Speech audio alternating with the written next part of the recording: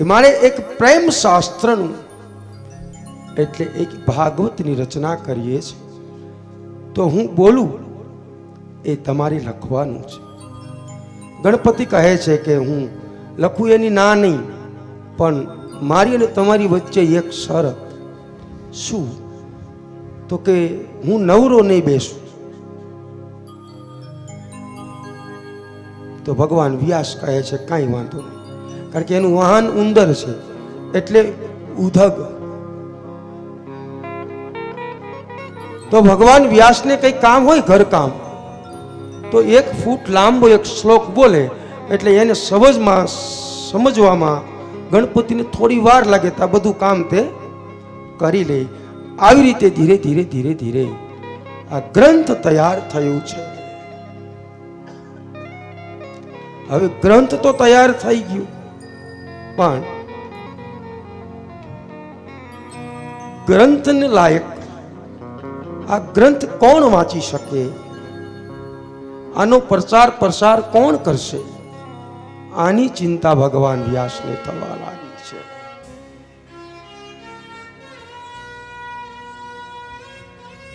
તો એની માટે શું?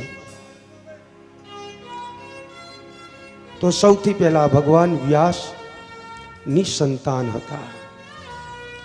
પોતાને કઈ સંતાન નહોતું ભગવાન વ્યાસ, એટલે સંતાન માટે ભગવાન શિવનું આરાધન કરે છે.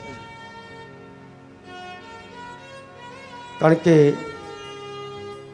મહારુદ્રનો કોઈ અવતાર નથી, પણ ઘણી કથા છે કે રુદ્રનો અવતાર છે.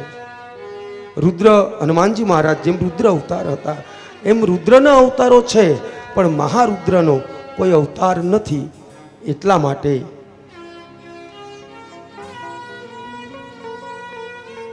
ભગવાન વ્યાસ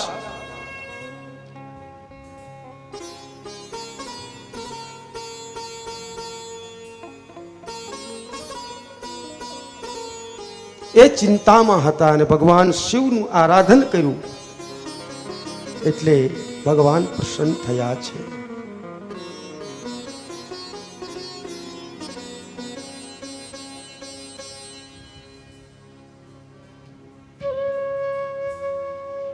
અને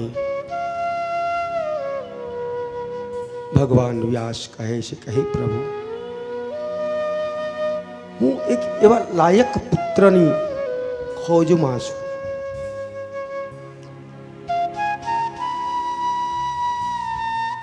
ત્યારે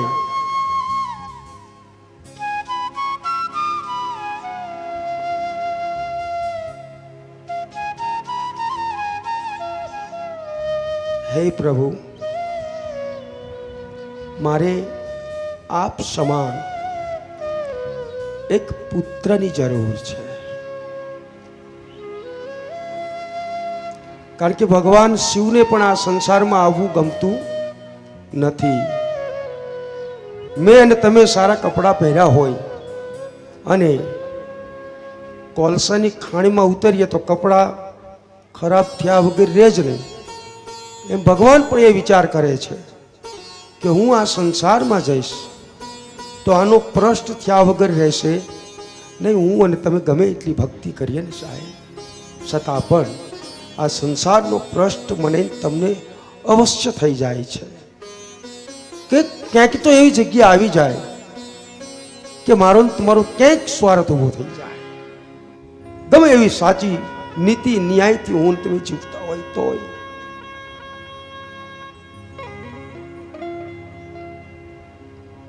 સદા ભગવાન વ્યાસ એમ કહે છે કે હે પ્રભુ, આપ જે સમાધિમાં જે આનંદનો અનુભવ કરો છો, આપ સમાધિમાં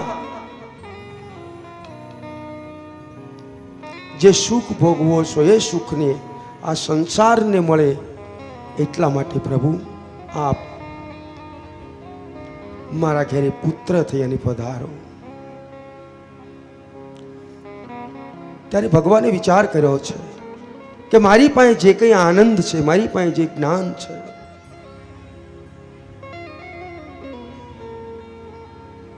મારે આ જગતમાં જન્મ લેવાની કંઈ જરૂર નથી. પણ જો હું આ જગતમાં જન્મ નહીં લઉં અને આ જગતના જીવને આ આનંદનો અનુભવ નહીં કરાવું તો પછી હું એકલપટો કહેવાય.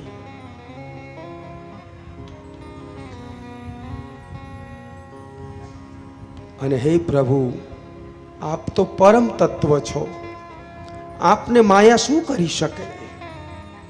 માટે હે પ્રભુ, સમક્ષ જગતના કલ્યાણની માટે આપ મારે ત્યાં પુત્ર થઈને પધારો. આપની સમાધિનો જે આનંદ છે, આનંદનું દાન આપવા માટે આપ આ જગતમાં અવતરણ કરો. ભગવાન શિવ અવતાર લેવા માટે તૈયાર થયા. એટલે ભગવાન શિવનો અવતાર લેવા માટે તૈયાર થયા અને ભગવાન વ્યાસને જે પુત્રનો જન્મ થયો એનું નામ હતું સુખદેવજી મહારાજ, જેને પરીક્ષિત રાજાના મોક્ષના કલ્યાણની માટે સપ્તાહ જ્ઞાન યજ્ઞ અને રાજા પરીક્ષિતને જે મોક્ષ સુધી પહોંચાડ્યો. અને આ ભાગવત કથા સૌથી પહેલા સુખદેવજી મહારાજે. એટલે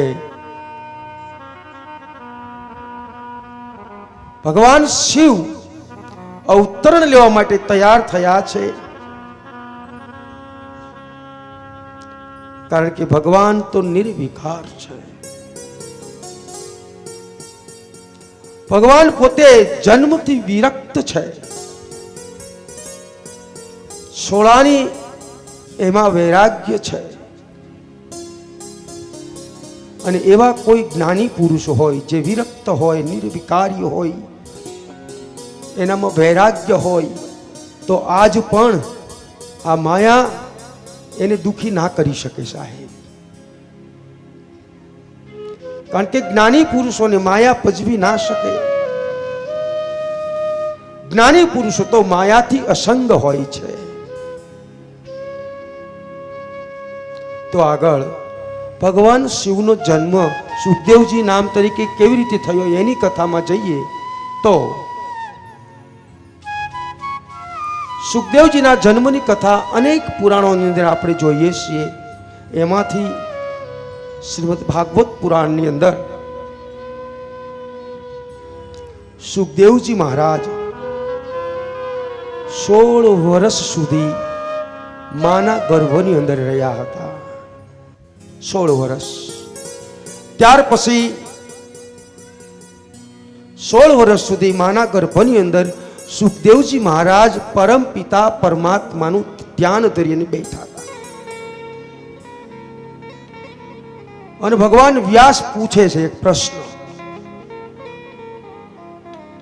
હે જીવ, 16 વર્ષ થયા, હજુ પણ આ જગતમાં જન્મ અને કેમ નથી આવતા? હવે તો તમે જન્મ લ્યો. માના ગર્ભથી અવાજ આવે છે કે હે પિતા, મને આ સંસારનો ડર છે, આ સંસારનો ભય છે, બીક છે, એટલા માટે હું જન્મ નથી લેતો. અને એ વખતે મને આ માયાનો ડર છે, કારણ કે હું જન્મ લઈશ તો મને આ માયા ભ્રષ્ટ કરશે. તમે વિચારો, આપણે બધા કોઈ સામાન્ય જીવ નથી સાહેબ. અહીંયા જેટલા બેઠા તે બહાર હોય, ક્યાંય બેઠા હોય, આ જગતમાં જેને જન્મ મળે છે, મનુષ્ય જન્મ, એ જીવ કોઈ સામાન્ય નથી હોતો. પરંતુ માના ગર્ભમાં આ જીવ હોય છે ને, ત્યાં સુધી પરમપિતા પરમાત્માનું એને ભાન હોય છે. પણ જેવો આ જગતમાં જન્મ લે છે એટલે પરમ પિતાને ભૂલી અને આ સંસારની માયા એને ભ્રષ્ટ કરે છે. એટલે જેવડી સત્તા ઈશ્વરની છે એવડી જ સત્તા માયાની છે. માયાનો જ્યારે જન્મ થાય, ઈશ્વરનો જ્યારે જન્મ થાય છે ને, ત્યારે જ એની સાથે જ માયા જન્મે છે. એટલે જેવડી સત્તા ઈશ્વરની એવડી જ સત્તા જગતમાં માયાની છે. બેયનો ફરક એટલો છે કે માયા તમને સંસાર તરફ લઈ જાય છે અને ભક્તિ તમને ઈશ્વર તરફ લઈ જાય છે. ફરક એટલો જ છે. પણ બેયની સત્તા એક હરખી છે. અને એ વખતે દ્વારકાનાથ ભગવાન માના ગર્ભમાં જે બાળક છે એને આશ્વાસન આપે છે.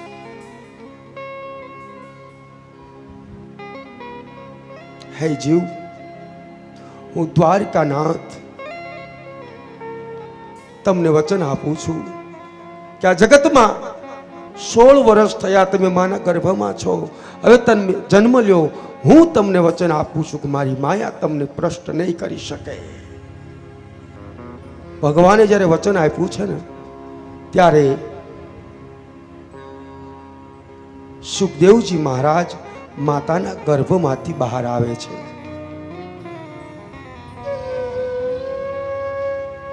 સુખદેવજીની બ્રહ્મનિષ્ઠા, સુખદેવજીનો વૈરાગ્ય ખૂબ અલૌકિક છે સાહેબ. આજ સૌથી પ્રથમ પ્રેમ લક્ષણા ભક્તિનો ઉદય થયો છે. પ્રેમ લક્ષણા ભક્તિ કોને કહેવાય? સુખદેવજી મહારાજનો જન્મ થયો છે, પણ ભગવાન વ્યાસ પણ આજે સુખદેવજી મહારાજને માન આપે છે.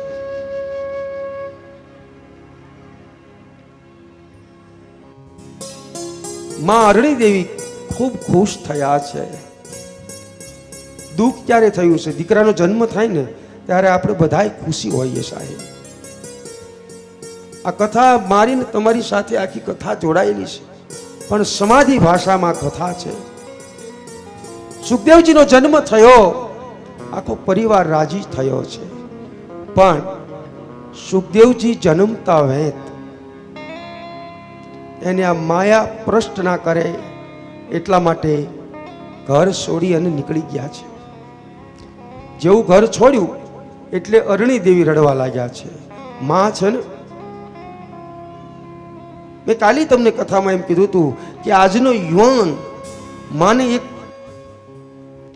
દુઃખ આપે, ન બોલવાનું માને શબ્દો બોલે ને તો માં છે સાહેબ.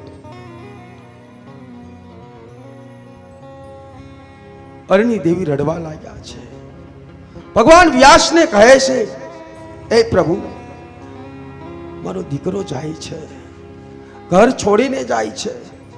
એ વખતે ભગવાન વ્યાસ અરણી દેવીને કહે છે, સતી, આ જગતમાં મને તમને જે અતિ પ્રિય હોય ને, બહુ પ્રિય હોય ને, એ વસ્તુ સંસારમાં નહીં, પરમ પિતા પરમાત્માને અર્પણ કરી દેવાય. જે વસ્તુ મને તમને બહુ પ્રિય હોય સાહેબ, એ વસ્તુ ભગવાનને જ અર્પણ કરી દેવાય.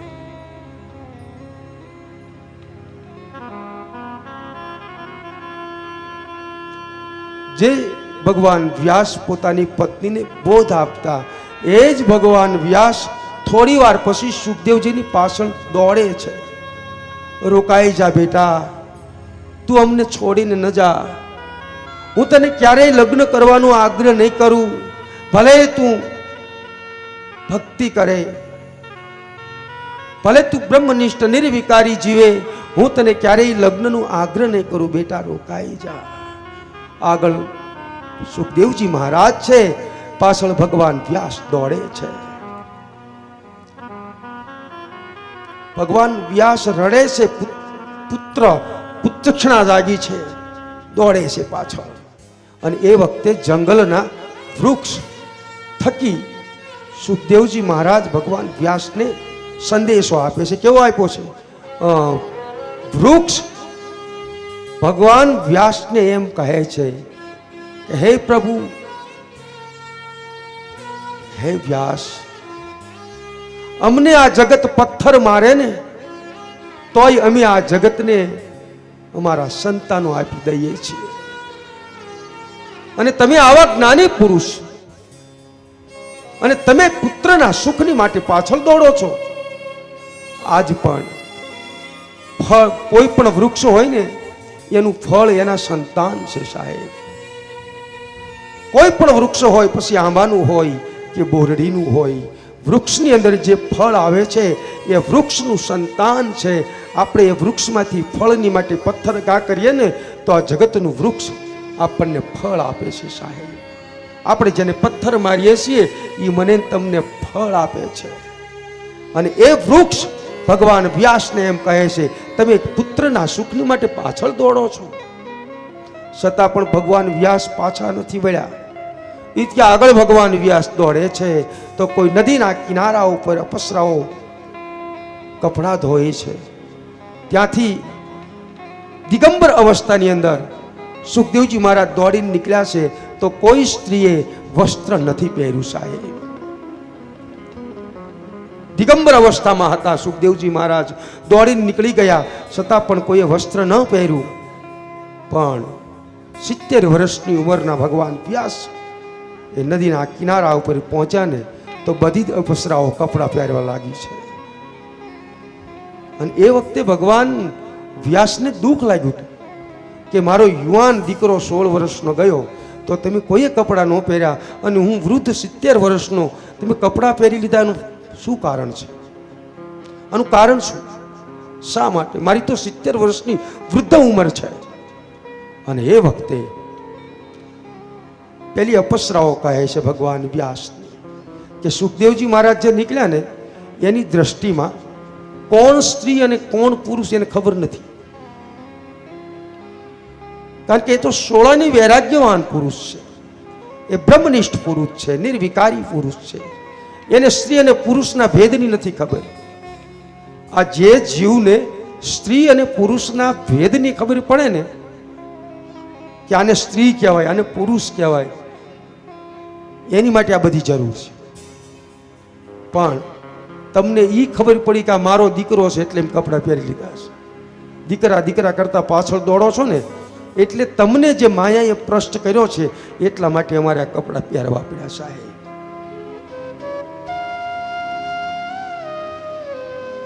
તો બાપ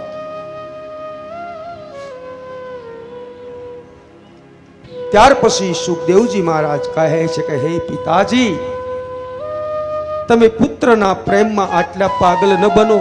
કારણ કે આ જગતમાં અનેક વાર આ જીવ પુત્ર બની અને જન્મે છે, અનેક વાર આ જીવ પિતા બનીને જન્મે છે, અનેક વાર પત્ની બનીને જન્મે છે.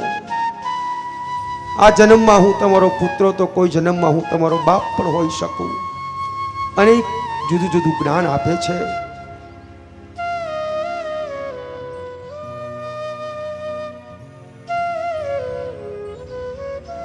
હે પિતાજી, હું અહીંયા નર્મદાના સામા કિનારે બેઠો છું. આ કાંઠે બેસી હું પરમ પિતા પરમાત્માનું ધ્યાન ધરીશ.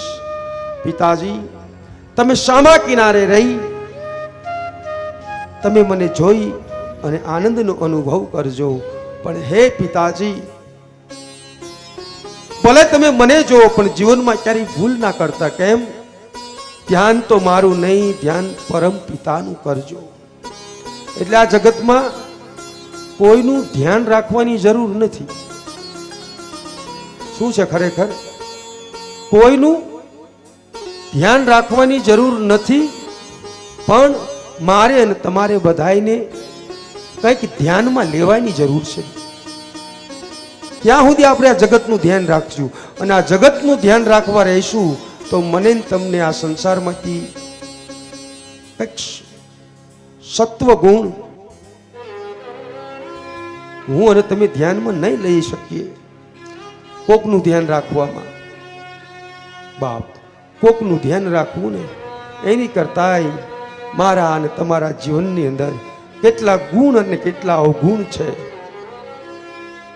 એ જો ધ્યાનમાં લેવાઈ જાય ને તો મારું અને તમારું જીવનનું આ ફેરો છે એ સફળ થઈ જાય. હે પિતાજી, ભલે ધ્યાન મારું રાખો પણ ધ્યાનમાં પરમાત્માને રાખજો. અને હા, તમે જેમ મારી પાછળ દોડો છો એમ મારા નારાયણની પાછળ દોડશો તો તમારું જીવન કૃતાર્થ થશે. ત્યાર પછી ભગવાન વ્યાસ ઘરે આવે છે, અરણી દેવીને સમજાવે છે.